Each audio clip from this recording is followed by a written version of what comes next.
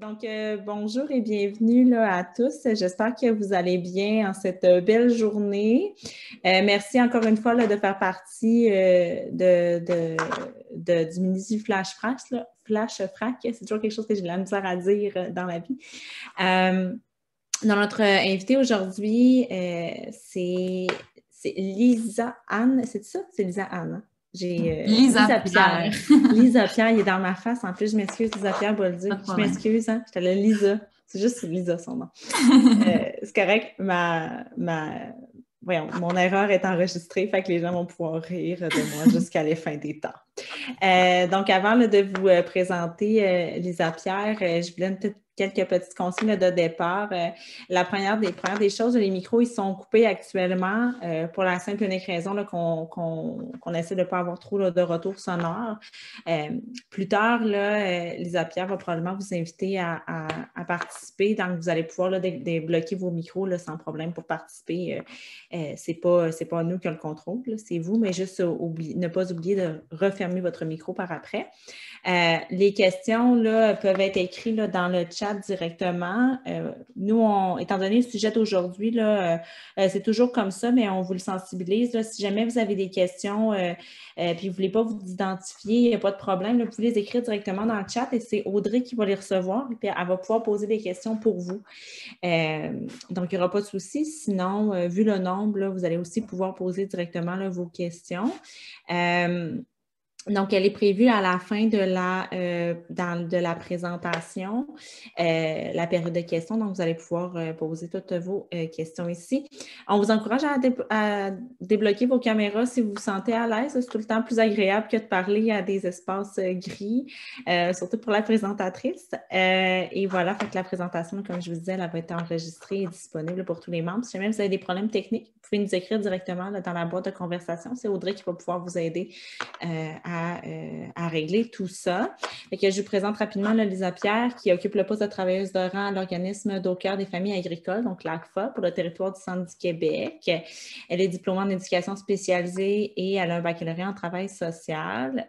Puis ses formations lui ont permis de travailler auprès des clientèles de différents âges et différents milieux. Elle est born and raised dans le milieu agricole, hein, parce que tu proviens d'une production laitière et acéricole et tu connais très, très bien là, les réalités là, du milieu. Ces services là, sont disponibles pour les producteurs et productrices. Là, on va vous donner également là, les coordonnées si jamais vous avez des besoins particuliers. On vous encourage à y aller. Il y a le site également là, de acfareseau.qc.ca, réseau avec un X à la fin, pour que vous soyez capable là, de voir là, tous les services qui sont et tous les travailleuses de rang. Là, il y en a partout. Lisa Pierre est au centre du Québec, là, mais elle a beaucoup de ses collègues partout. Fait que n'hésitez absolument pas. Fait que je vais te laisser la suite. Donc, je te laisse la parole. C'est à toi là, quand tu es prête. Voilà. Parfait, bien merci. Je vais partager ma petite présentation que je vous ai préparée. Et voilà, c'est parti. Donc, comme Véronique a pu le dire, voici le numéro de téléphone là, que vous pouvez voir. Vous voyez bien le diapositive. Je pense que ça marche, sinon vous me l'auriez dit. Donc, le numéro, je vous encourage à... En fait, je vous attire le regard là, pour le numéro 450-768-69-95 que je vous invite à inscrire puis à garder précieusement pour vous ou pour quelqu'un de votre entourage. Donc, on va parler des signes de détresse chez vous, mais aussi chez les autres. Donc, la présentation que je vous préparer, là, je vous propose un ordre du jour. Je vais brièvement là, parler de mon organisme pour que vous puissiez bien comprendre qu'est-ce qu'on fait exactement, mon rôle, moi, en tant que travailleuse de rang. Et ensuite, on va discuter ensemble de comment on prend soin de notre santé mentale. Puis c'est quoi ça, une santé mentale?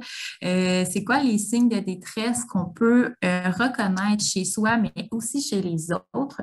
Comment on fait pour aller mieux? Comment on fait pour aider les autres? Et finalement, on va terminer avec une petite discussion question pour terminer la présentation. Donc, en ce qui concerne la mission de l'organisme, c'est l'organisme au cœur des familles agricoles. Nous, chez ACFA, on offre des services psychosociaux de première ligne qui visent là, à favoriser l'amélioration du bien-être des familles de partout au Québec. Donc, et dans certaines régions, comme a pu le mentionner Véronique, là, il y a plusieurs travailleuses de rang plusieurs régions. Donc, on souhaite améliorer la santé globale des familles du milieu agricole, d'offrir des services à une clientèle agricole et de son réseau sur tout le territoire et finalement de contribuer à l'amélioration par l'offre de services psychosociaux pour la population. Donc, comment qu'on fait ça? En fait, ACFA offre les services des travailleurs de rang. Donc, moi et mes collègues, notre rôle, là, comme j'aime bien l'expliquer, se voit en 3 volets. Soit les volets intervention, prévention, collaboration. Je vais tout de suite parler de prévention. Aujourd'hui, c'est un peu ça que je fais. J'ai été invitée au Midi Flash, je parle de détresse psychologique, je parle de mon rôle pour encourager les gens à prendre soin d'eux puis à les sensibiliser à la détresse. Je fais aussi la collaboration. Donc, mon travail m'emmène à, oui, aider les gens, mais aussi les référer à des ressources qui pourraient le mieux répondre à leurs besoins parce qu'ils ont un besoin beaucoup plus spécifique. Donc, je peux, en connaissant bien mon territoire, en ayant des contacts avec les autres organismes communautaires, avec certains intervenants du CLSC, etc., dans le privé également, ça m'amène à collaborer avec eux, mais aussi de collaborer dans le milieu agricole, collaborer aussi avec d'autres organisations et des instances. Finalement, dans le volet intervention, ben moi, mon plus gros bout de mon travail, c'est vraiment d'accueillir la personne puis de lui offrir de l'écoute. Puis ça, je fais ça tout au long de mon accompagnement auprès d'elle, qui est volontaire, rappelons-le. Moi, je suis pas dans la vie des gens pour les forcer. Au contraire, dès que la personne veut que je sois dans sa vie, tout au long de tout ça, ben moi, je suis présente. Puis sinon, ben, on met fin au suivi sans problème. Donc, moi et mes collègues, on est des professionnels diplômés dans le domaine de la relation d'aide. On a une certaine rigueur professionnelle. La confidentialité, là, c'est vraiment au cœur de notre travail. Le respect et l'écoute, évidemment.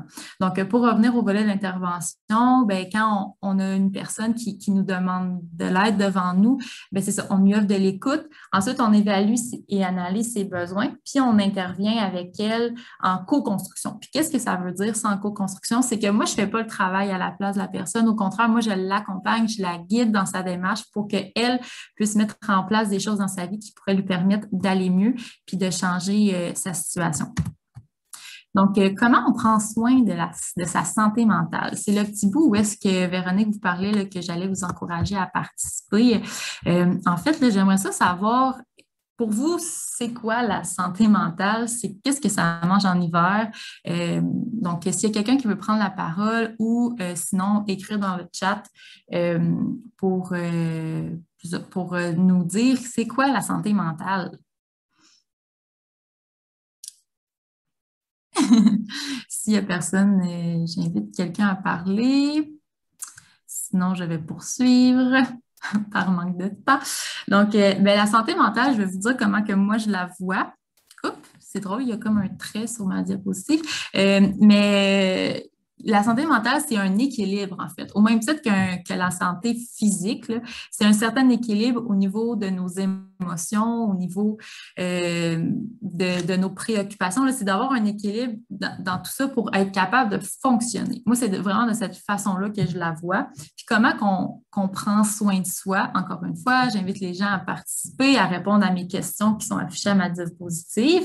Mais sinon, je vais continuer à parler de ce que moi j'en pense. Comment on prend soin de soi? Ah, je vois Nadia qui lève sa main. Nadia, je te donne la parole. En prenant des marches, Oui. moi en tout cas, j'essaie le plus possible quand je suis stressée d'aller prendre des marches parce que sinon, dans la nature, là, pour essayer d'enlever tous les soucis et les tracas. C'est ça, fait que de vider l'esprit puis d'aller chercher le calme peut-être ou que la nature peut offrir. C'est ça? OK. Bien, super. Moi aussi, exactement, c'est le genre de choses que je fais, que je propose aussi chez les gens. Il y en a pour qui, c'est de s'entourer, c'est de se faire une bonne bouffe. Il y en a pour qui c'est seulement d'aller se promener, vraiment c'est vraiment des choses simples. Ça peut être de prendre un bain, de prendre une douche, de se payer un massage, pourquoi pas. Comment faire pour garder un équilibre de vie? Encore une fois, s'il y a des gens qui veulent participer, je les encourage. Je ne vois pas nécessairement vos mains. Là, si vous levez votre main à l'écran, je ne les vois pas. Je vous invite à vraiment appuyer sur lever la main. Sinon, prenez la parole directement. Mais sinon, comment faire pour garder un équilibre de vie? Bien, moi, pour ma part, ce que je fais et ce que je conseille aux gens, bien, c'est d'essayer de se donner du temps, de se donner du temps, comme Nadia, de prendre des marches, de se réserver à son horaire des petits moments pour prendre, pour se reposer, pour bien manger, pour parler avec nos proches. Et voilà. Et quels sont les signes chez vous qui vous amènent à voir que vous perdez l'équilibre? Encore une fois, je vous encourage à prendre la parole.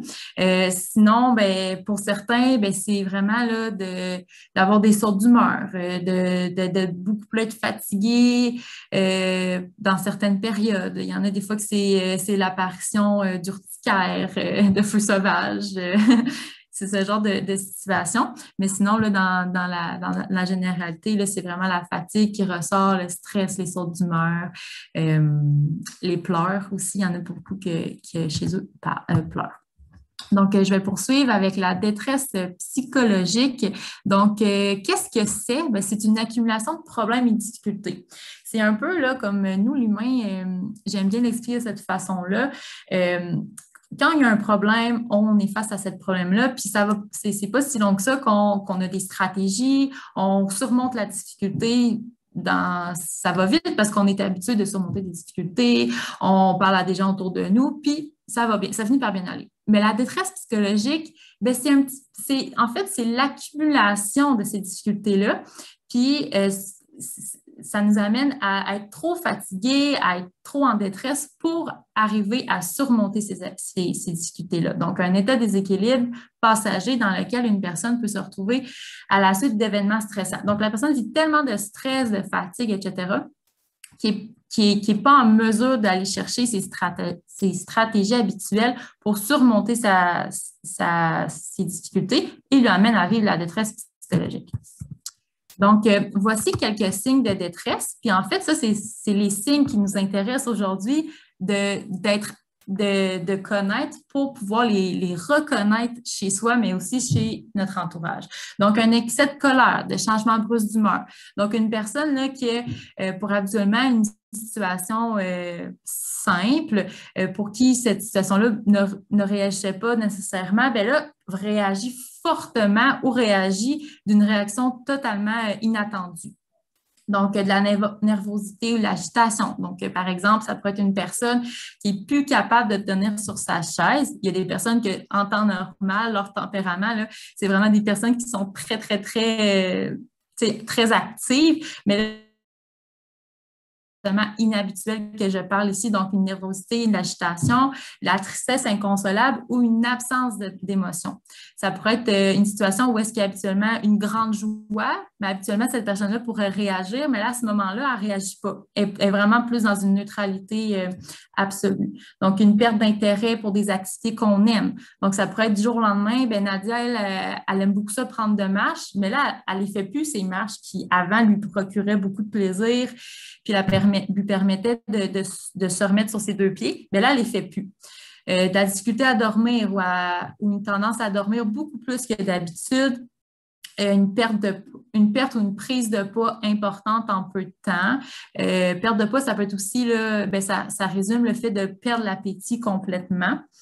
De ne plus prendre ses médicaments si vous en prenez, un manque d'hygiène. Donc, puis se faire la barbe, sauter les douches, puis ça peut emmener des complications au niveau de la santé, une tendance à se mettre en retrait ou à s'isoler. Actuellement, c'est une personne là, qui aime ça participer à tous les dimanches matin.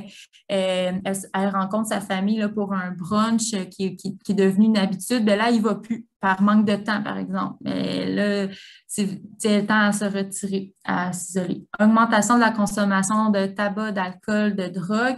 Puis je voudrais même ajouter de jeux pathologiques, là, de jeux, soit de jeux sur Internet ou de jeux, des jeux qui mettent en cause de l'argent, de la mise à risque, se mettre en danger. C'était une personne qui était très, très, très prudente habituellement sur le tracteur ou proche de la fosse à fumier, par exemple, mais là, elle se met à risque, elle ne fait plus si attention que ça, elle adopte des comportements beaucoup plus téméraires qui pourraient justement représenter un danger pour elle.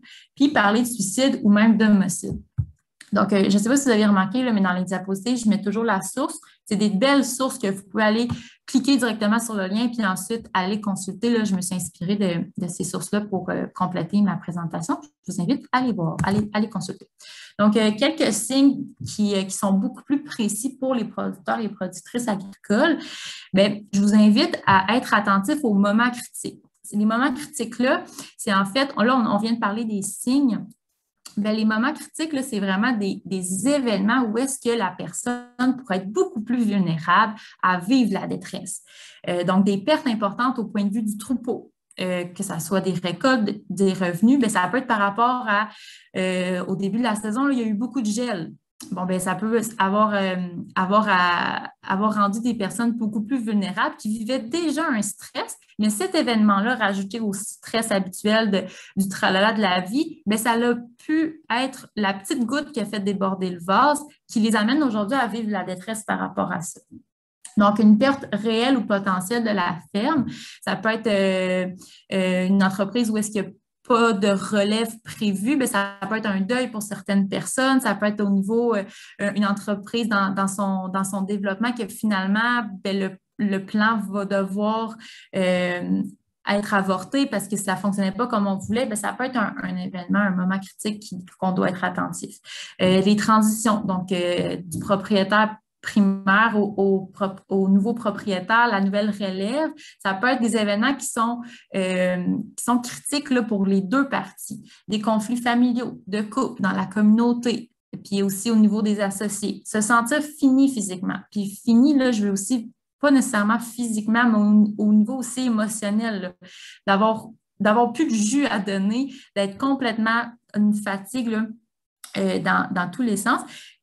Et finalement, un isolement accentué. Donc, c'est une personne qui peut s'isoler, mais que par rapport à un événement quelconque, par exemple, moi, l'exemple qui me vient le plus en tête, c'est suite à une séparation, ben, la personne est beaucoup plus isolée parce qu'elle doit travailler doublement, parce que son partenaire était aussi son associé et parti d'entreprise. Ben, vient à être isolé ou même par rapport à la relève, un jeune qui débute dans l'entreprise familiale où est-ce qu'avant avait peut-être plus de temps pour rencontrer des amis, participer à des activités sociales, mais là, avec son nouveau rôle dans l'entreprise, bien, il n'a plus nécessairement la chance, ou du moins, il se donne moins la chance de donner du temps pour des activités sociales, bien, ça serait un isolement accentué qui pourrait l'emmener à vivre de la détresse. Donc, ma belle Marguerite, ici, là, je vais y aller de façon très brève, mais en fait, c'est la détresse qui mène aux idées suicidaires, parce que je tiens à en parler. Les idées suicidaires, ça peut arriver à tout le monde dans sa vie, là. On n'est pas à l'abri de ce genre de situation-là. Donc, la Marguerite, qu'est-ce qu'elle représente? On voit que les idées suicidaires sont au centre de la Marguerite. Et les bulles qu'on voit autour, ben, c'est les facteurs, que je pourrais dire, qui pourraient amener la personne à être davantage vulnérable à finalement vivre, à avoir en fait des idées suicidaires. Donc, la détresse psychologique est un de ces facteurs-là, mais à l'ajout d'une situation de vie difficile, donc un historique de vie difficile, des séparations antérieures, un décès important dans la famille, ou quelque chose du genre. Ensuite, des troubles de santé mentale. Une personne qui a déjà eu une dépression auparavant ou qui en vit une présentement. Un problème de substance, de jeu pathologique, la même chose. Et finalement, du désespoir. Bien, tous ces éléments rassemblés là, ou non, peuvent emmener la personne à être plus à risque à avoir des idées suicidaires. Donc, des idées suicidaires, qu'est-ce que c'est? Bien, ça agit comme un signal d'alarme. C'est le moment où est-ce que ton cerveau te dit « Hey, il y a un problème », puis ça t'indique que ta santé mentale se détériore et que tu dois y accorder autant d'attention qu'à ton corps physique. Ta santé mentale te parle, puis c'est important que tu l'écoutes. Donc, à ce moment-là, en quoi il faut être attentif à ça? En fait, à quoi il faut être attentif à ça? C'est lorsqu'une personne pense au suicide que c'est la seule façon pour régler ce problème. De s'imaginer que c'est une façon passagère, qu'on s'enlève la vie. C'est une personne que dans la vie de tous les jours, il ne pense pas nécessairement, mais des fois, il y a comme des petits flashs qui viennent en tête. Hey, ça serait tellement plus simple si je ne serais plus là. Ça serait tellement plus simple si je serais mort parce que j'en aurais plus de problème. Avoir des envies soudaines de se donner la mort, être obsédé par l'idée de se donner la mort, planifier son suicide, la manière, le lieu, le moment. Là, ce que je parle présentement, c'est un sujet qui est très lourd. Si pour certains, ça l'emmène à vivre des émotions quelconques, je vous invite soit à me contacter, là, je vais vous donner mes coordonnées plus tard, là, mais si ça l'emmène à vivre certaines choses, je vous encourage à me faire signe, puis ça va me faire plaisir de prendre un temps avec vous là, pour vous écouter dans ce que vous vivez. Donc, par rapport aux décideurs, c'est vraiment ça que je voulais voir avec vous, c'est que si ça a déjà été une situation que vous avez vécue ou vous avez déjà entendu parler d'une personne qui est à ce moment-là, ça vaut la peine de lui demander est-ce que tu as déjà pensé au suicidaire, mais au moins vous allez être minimalement au courant de qu'est-ce que ça signifie. Donc, comment qu'on fait pour aller mieux? Il n'y a pas de remède, il n'y a pas de recette toute prête que je peux vous donner pour comment on fait pour aller mieux, puis comment on fait pour aider les gens. Je pense que là, je vous ai fait un petit schéma là, pour avoir une certaine idée. Bien, la première étape, c'est de reconnaître son besoin. C'est reconnaître que là, présentement, ça ne va pas. Reconnaître que j'ai le droit de ne pas bien aller, puis c'est correct que j'aille pas bien. Puis des fois, avant, ça allait bien, puis dans le futur, ça ira mieux, mais là, je vais pas bien, puis j'ai un besoin, puis il faut que je l'exprime, il faut que je le vive, il faut que j'en parle à quelqu'un. Donc, ça va à la deuxième étape, parler à une personne de confiance. Il y en a pour qui, déjà dans leur réseau, ont déjà des personnes auxquelles ils sont à l'aise de parler, puis tant mieux. Mais il y en a pour qui ils sont moins à l'aise de parler à leur gens d'entourage parce qu'ils ne veulent pas les inquiéter, ils veulent pas, ils ne sont pas nécessairement proches de leurs proches. Donc, il y a plusieurs ressources qui sont disponibles pour justement vous permettre de vous exprimer, de ventiler vos émotions, comme les intervenants aiment tant dire. Voilà. Et ensuite, c'est aller chercher de l'aide. Donc, vous pouvez demander à l'intervenant à qui vous parlez ou aux proches, hey, aide-moi donc à appeler au centre de prévention du suicide, aide-moi donc à appeler au 811. Je ne pense pas être assez fort, j'hésite à appeler, aide-moi donc. Fait que ça, c'est quelque chose que vous pouvez faire si vous ressentez des signes de détresse. Donc, allez chercher de l'aide. Il y a des très, très, très belles ressources là, qui sont disponibles pour vous écouter, pour prendre le temps avec vous. Donc, pourquoi pas les utiliser dès que vous en ressentez le besoin. Et finalement, d'agir de manière proactive à sa démarche. Tout à l'heure, je disais que les intervenants, là, on n'a pas de recette toute crue, on fait pas on fait pas pour, on fait avec, on accompagne la personne, c'est exactement ça. Lorsqu'on a un besoin, c'est aussi à nous de nous engager dans notre démarche pour pouvoir aller mieux, puis espérer que la détresse qu'on a pu vivre, ça soit derrière nous. Et finalement, comment on fait pour aider l'autre? C'est de reconnaître les signes, reconnaître le besoin de la personne, offrir son écoute à l'autre. Puis quand je dis son écoute, c'est pas. Des fois, il y a des situations où est-ce qu'on est mal à l'aise parce que là, la personne, elle nous confie des choses, puis on sait pas quoi lui dire, on sait pas comment qu'on peut faire pour l'aider à aller mieux. En fait, c'est seulement de l'écouter, de prendre le temps de lâcher ce qu'on est en train de faire, puis d'y donner un peu de notre temps, en fait, notre temps pour lui permettre de parler. Puis ensuite, ça serait de lui demander directement « Hey, est-ce que tu as déjà pensé au suicide? » C'est une question qui est très, très, très difficile à poser parce on est mal à l'aise à la poser, mais c'est tellement important, puis ça peut tellement permettre à la personne qu'on aide de se libérer de cette charge-là, puis de reconnaître que devant elle a une personne de confiance. Donc, si la personne, vous lui demandez directement si elle pense au suicide, si oui, c'est de se référer au centre de prévention du suicide de votre région. Vous pouvez seulement écrire sur Google « Centre de prévention du suicide, Arthabasca, Drummond ». Moi, je parle de Centre du Québec, là, mais dans toutes les régions, il y a un centre de prévention du suicide. Ou sinon, vous pouvez appeler directement au 8166-APPEL pour un service pour une crise suicidaire 24/7, que ça se passe le jour, la nuit, appelez. Et finalement, le 911 peut être une très bonne ressource également. Finalement, accompagner la personne à aller chercher de l'aide. Puis le petit schéma que je vous montre ici, il est vraiment interlié avec le schéma que je vous présentais plus tôt, parce que la personne qui demande de l'aide, peut aussi se retrouver un jour à aider quelqu'un. Finalement, accompagner la personne à aller chercher de l'aide, nous, le ACFA, on est une ressource pour les producteurs. N'hésitez pas à nous appeler. Puis si la personne ne fait pas nécessairement partie du milieu agricole, n'hésitez pas à nous appeler. On connaît les ressources, on va pouvoir vous accompagner à aider la personne ou sinon, on va aider la personne directement. Donc, le numéro est inscrit là. Sinon, encore une fois, 1-866 appel au Centre de prévention du suicide et finalement, Info sociale, le 811 option 2. Donc, en appelant ce numéro-là, vous parlez directement à un intervenant et vous pouvez lui expliquer un peu ce que vous vivez. L'intervenant va pouvoir vous offrir son écoute et va pouvoir ensuite faire une intervention avec vous, soit vous référer ou peu importe. Donc, voilà pour ça.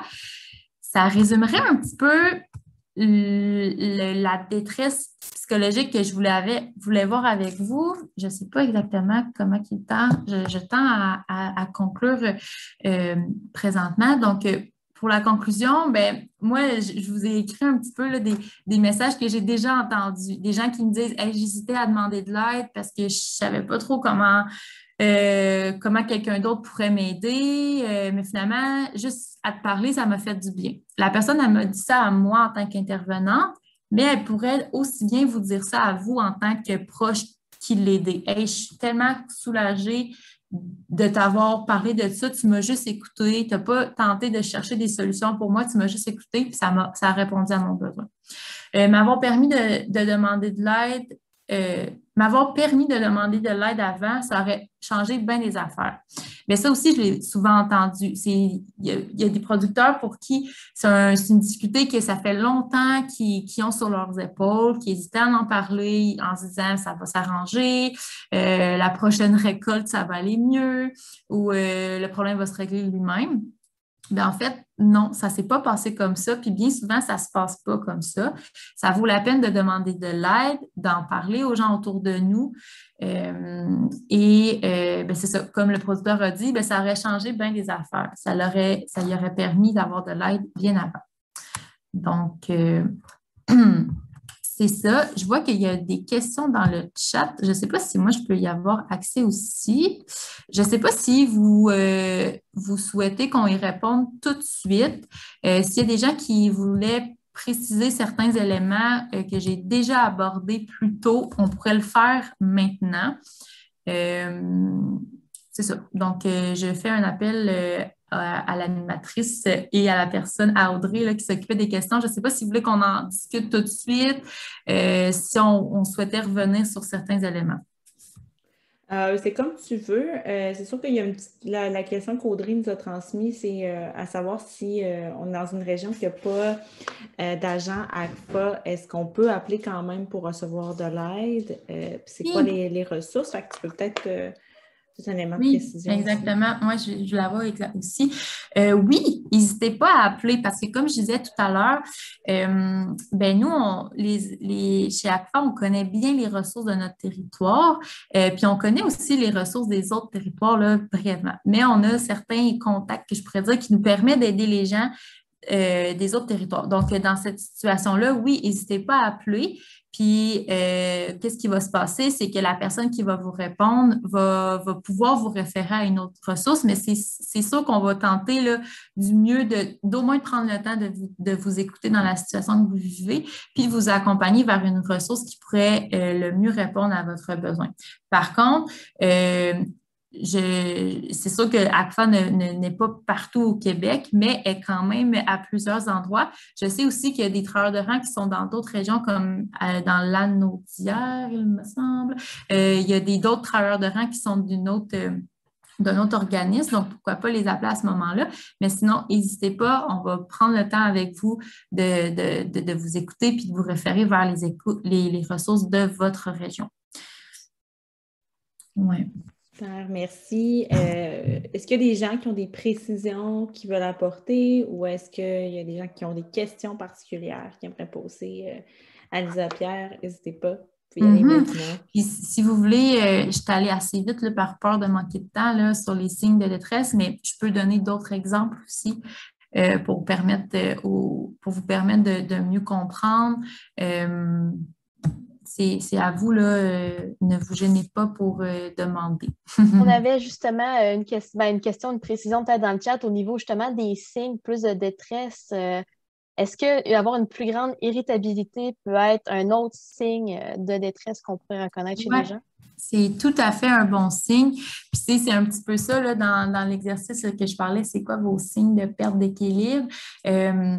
Ben à ce moment-là, c'est un des signes, là, une irritabilité. On dirait que tout nous énerve, là. Tout est tannant pour nous. Oui, ça serait un signe, ça pourrait rentrer dans le changement brusque d'humeur ou même en tout cas, dans un autre, mais oui, ça serait un très bon exemple de signe, en effet. On a une autre question aussi. Est-ce qu'il existe des outils de référence qui aident aux gens et aux proches de savoir quand appeler?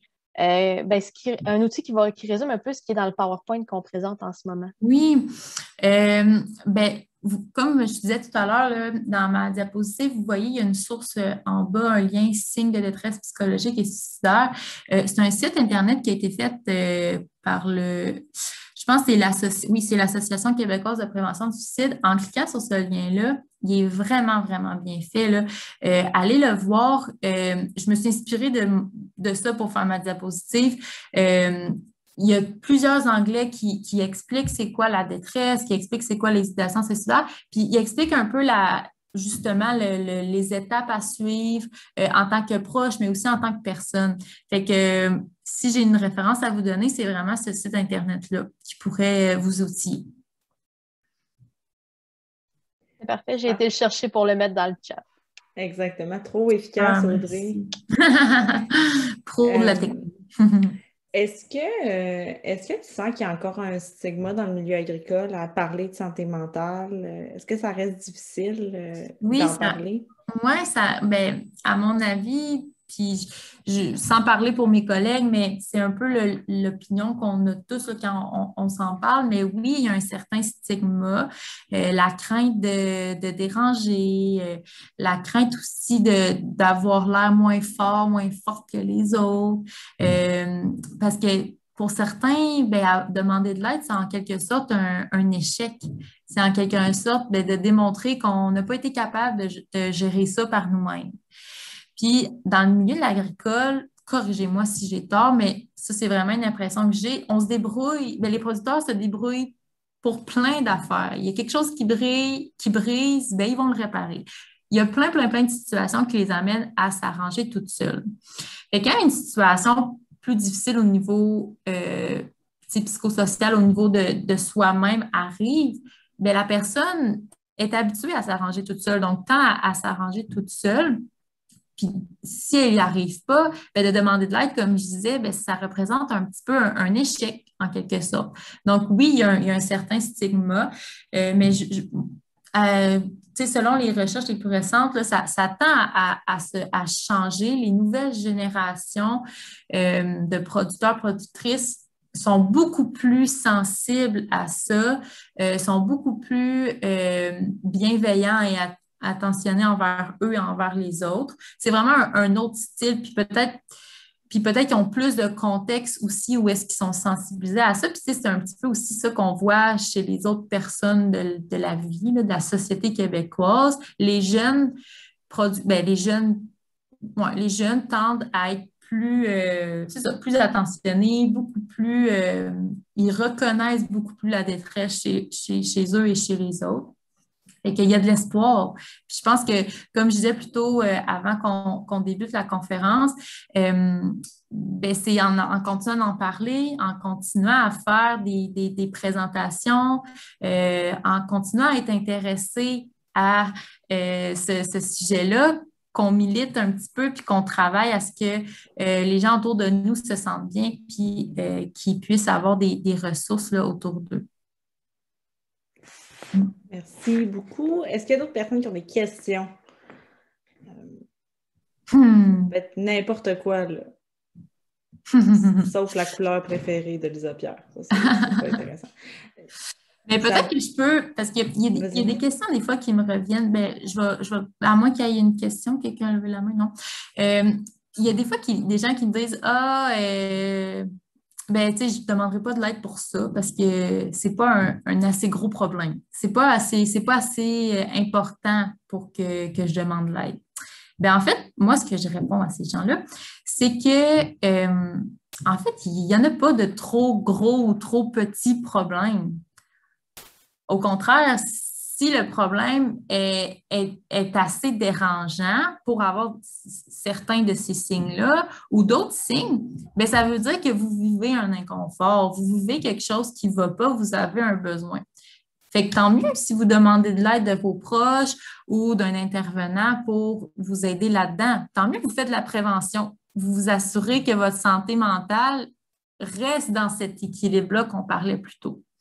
Fait que pourquoi pas prévenir? Tu sais, quand on dit prévenir plutôt que prévenir que guérir, bien, c'est tout à fait ça. N'hésitez pas à demander de l'aide. N'hésitez pas à juste appeler chez nous, chez ACFA, dire hey, là, aujourd'hui, là, ça ne va pas. Je veux juste comme ventiler. Puis je sais là, que ça va aller mieux après. Utilisez notre service, on est gratuit, confidentiel, puis on est présent. Pourquoi pas l'utiliser?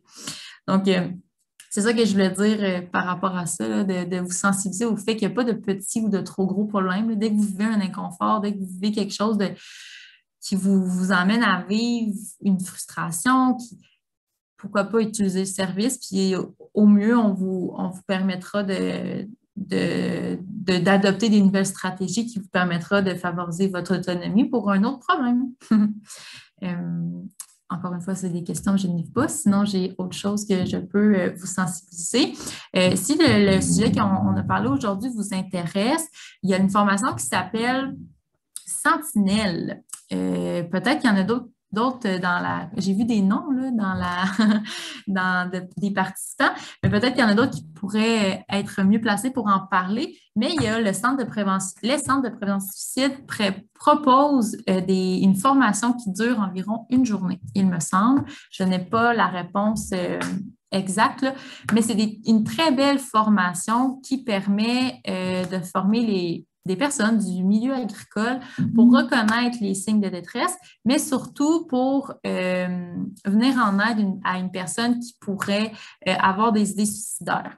Donc, c'est pas de faire la job d'être un intervenant, c'est pas du tout ça, mais c'est d'être à l'affût des signes puis de pouvoir être une personne ressource auprès de ses proches ou dans sa communauté pour venir en aide à un autre producteur.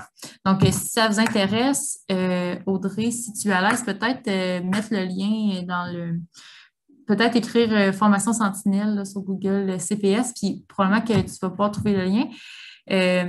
Donc, ça pourrait être une formation que vous pouvez demander, vous pouvez appeler directement chaque fois ou sinon nous demander des informations à ce niveau-là, mais ça pourrait être une formation qui pourrait être intéressante pour vous, puis ils forment des groupes. Puis ensuite, ils offrent la formation. J'ai vu Nadia lever ta main.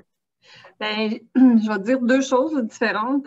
Premièrement, moi, c'est ça, je l'ai faite, la formation Sentinelle, puis si je me suis inscrite aujourd'hui à ta présentation, ben, parce que des fois, on a besoin de se le faire rafraîchir, tu sais, on dirait qu'on a besoin de revoir des fois des choses comme ça. Puis moi, dans les Hautes-Laurentides, j'en ai quand même plusieurs producteurs ils vont se confier à moi. Fait que là, mon autre point, c'est que j'ai des producteurs qui j'en ai un qui m'a dit qu'il n'a pas été satisfait, mettons, de la travailleuse de rang, parce qu'on a des travailleurs de rang dans les Laurentides.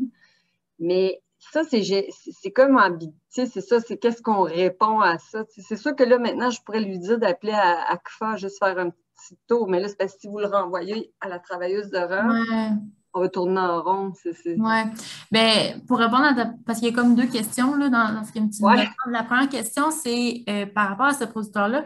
Mais tu sais, ça se peut qu'entre l'intervenant et la personne, ça ne clique pas. Des fois, chaque intervenant a sa façon de travailler. Des fois, en fait, c'est normal que ça ne clique pas. Pour cette situation-là, je pense que, premièrement, il faudrait dire au producteur ça ne veut pas dire que ça n'a pas cliqué avec cet intervenant-là, que ça ne cliquera jamais ou qu'il y a ou qu'avec les autres intervenants, les autres intervenants ne pourront pas l'aider dans ce qu'il vit. Et je pense qu'il y aura un petit bout de sensibilisation à faire à ce niveau-là. Puis, ça pourrait être possible d'appeler chez ACFA puis de nommer à la personne répondante, à mon collègue, de dire, il y a déjà eu recours à un autre service, puis c'était plus complexe ou ça peut être moins cliqué. Ben, à ce moment-là, peut-être que mon collègue va pouvoir référer monsieur à un autre service qui pourrait l'aider, ou peut-être que nous, chaque fois, on pourrait faire un petit bout avec lui. Ça serait de voir en appelant. Mais c'est ça. Est-ce que ça répond, Nadia? Oui, Puis, c'est parfait. Ça va m'encourager au moins à l'envoyer vers ACFA pour au moins qu'il puisse parler au moins de son affaire. Oui, exactement. Puis merci d'avoir partagé que tu l'avais fait la formation. Puis c'est tout à fait vrai ce que tu fais, de nous rafraîchir la mémoire. Puis même en tant qu'intervenant, nous aussi, on fait ça, là, on se rafraîchit la mémoire en participant à d'autres conférences, à d'autres présentations. Fait que, ben merci. Puis toi, toi, tu l'avais suivi dans ton coin, j'imagine, au CPS de ton coin. Puis c'est ça, hein, c'est une journée, hein, il me semble. Oui. Ben, en fait, on l'a fait à la MRC parce qu'on s'est comme ramassé une gang d'intervenants. On l'a fait ici. Okay. Je pense qu'on était comme... Ben, il y avait quelqu'un aussi de l'Outaouais qui était venu, là, puis on l'a fait. J'ai trouvé que c'était très dur. Tantôt, tu l'as dit, là, quand on vient pour essayer de parler de suicide puis de poser la question, là. Exactement. C'était très difficile, mais je l'ai vécu sur le terrain récemment. OK. Puis, ben, je suis contente parce que c'est ça, mon producteur parlait avec une travailleuse de rang. Mais c'est parce que le problème, c'est qu'avec les Laurentides, malheureusement, depuis, ça fait comme 3 ou 4 travailleuses de rang là, il y a un roulement. Fait que là, c'est pas évident. Là, les producteurs, des fois, mais c'est comme ça. Ils perdent peut-être confiance ou il y a un roulement, fait que peut-être qu'ils ont discuté à se repérer à travers tout ça. Là. Ils n'osent plus rappeler. Des fois, ils disent, ah, ben là, ça a encore changé. Mais là, j'ai dit, ben non, mais rappelle. Puis là, la nouvelle, elle vient de lâcher là, encore. Là, j'étais comme, oh, non. Mais sinon, c'est très bien. Merci de ta présentation en passant. Ben, merci à vous de participer. Je suis contente que vous soyez là. Je ne sais pas si, Lisa Pierre, tu pourrais enlever ton partage d'écran. Je pense que ça permettrait de voir tout le monde pour la fin. Voilà. Est-ce qu'il y a d'autres questions, commentaires? Ça va? Sinon, si jamais là, vous avez besoin des coordonnées de Lisa Pierre, on va vous les envoyer. Là, ça va faire plaisir. On vous remercie encore une fois d'être présent. C'est vraiment apprécié. On a perdu des gens en cours de route, mais c'est correct. C'est l'heure du dîner. Puis les gens ont faim et tout ça. Ça va. Fait qu'on vous remercie. Puis on vous invite également là, à continuer à suivre la FRAC. Là, on va avoir des midis flash FRAC comme ça là, tout l'été. Je pense que le prochain, c'est sur les élections fédérales, Audrey. Regarde, ça paraît-tu que j'ai regardé mes affaires juste avant la rencontre? Voilà. Fait que c'est ça, fait qu'on va avoir une rencontre sur les élections là, fédérales, municipales, sur comment se présenter et tout ça. Si jamais ça vous intéresse, partagez ça dans votre réseau. Merci encore une fois, puis merci là, à Lisa Pierre pour ton temps. C'est franchement apprécié. Merci tout le monde. Merci à vous.